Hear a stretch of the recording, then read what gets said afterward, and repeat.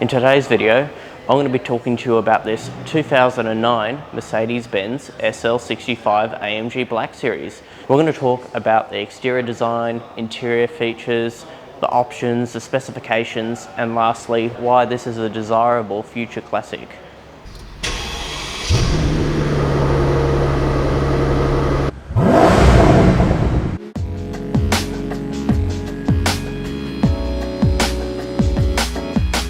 The Mercedes SL65 was in production from 2009 to 2011 and only 350 examples were ever built.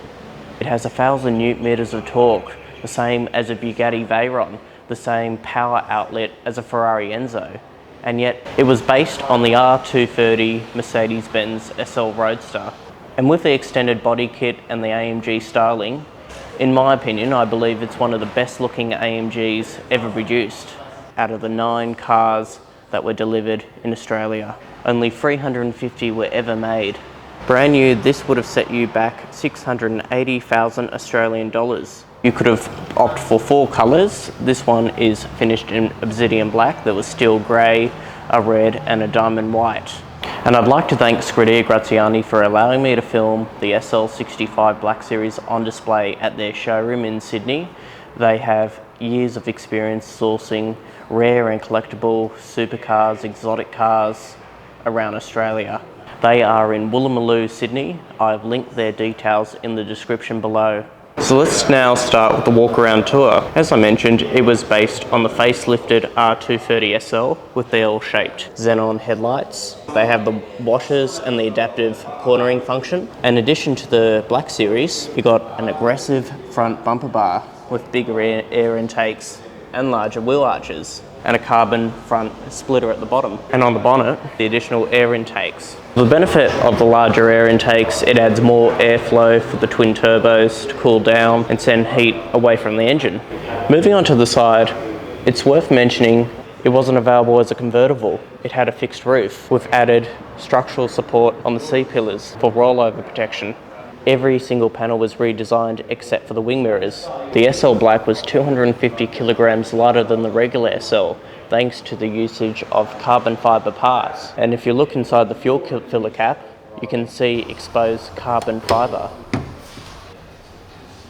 And moving on to the brakes, you have 6 and 4 piston silver AMG branded calipers giving you incredible stopping power. In addition to the SL Black Series, you had a carbon fibre rear diffuser with the polished dual AMG design exhaust outlets.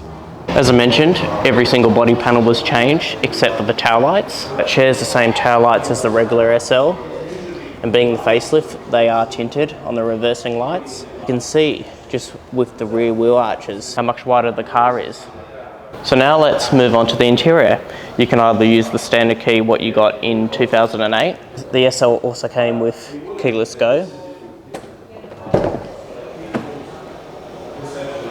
It's a pretty good driving position, just like a traditional SL, and when you look around the dashboard, it all looks very familiar if you're used to an R230 or a Mercedes from this era. The SL Black's interior also feels special thanks to the usage of high quality materials like brushed aluminium. There's carbon fibre on the doors and carbon fibre on the centre console. The seats are in full Napa leather complemented with the half Alcantara, and the roof lining full Alcantara as well. In addition to the Black Series, being the SL65, you had Napa leather just on the dashboard here that's really nice and soft with lovely stitching, and on the bottom of the glove box you had an AMG free spoke steering wheel, brush aluminium paddle shifters, and even the Napa leather extends just on the instrument cluster as well. On the doors here, it all feels really nice to touch, and the interior still feels high quality. So what about comfort? Well, I'm sitting in the sports bucket seats and they are extremely hard, just like what I imagined. As you can see, there is absolutely no cushion in the seat. Just behind it is exposed carbon fibre, but you can go forwards and backwards manually. However, it has an electric steering column. It's fully adjustable, which is quite unusual considering it's meant to be the lightweight version. Let's now move on to the infotainment. What we're looking at here is the Mercedes Benz Command APS interface from 2009. So how does it work? Well, there are shortcut buttons laid out nice and simple. And is it easy to use? Well, yes. So we'll shift through the functions now. You have radio, and if I move the arrows up, you've got a DVD player, navigation, telephone, the CD changer, telephone functions, as well as the volume and where to change your track, and a telephone keypad on the right here. In addition to that, it had a 10-speaker Harman Kardon Logic 7 surround sound system with the additional Bluetooth interface just in the center console, and lastly, dual zone climate control.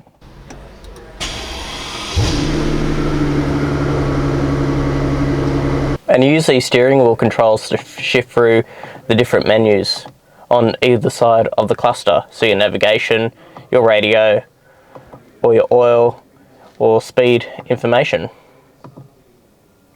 as well as telephone and volume controls. It is an AMG instrument cluster, and I love on the V12s how they go all the way up to 360 with the AMG logo on the bottom and V12 by turbo on the rev counter. And practicality,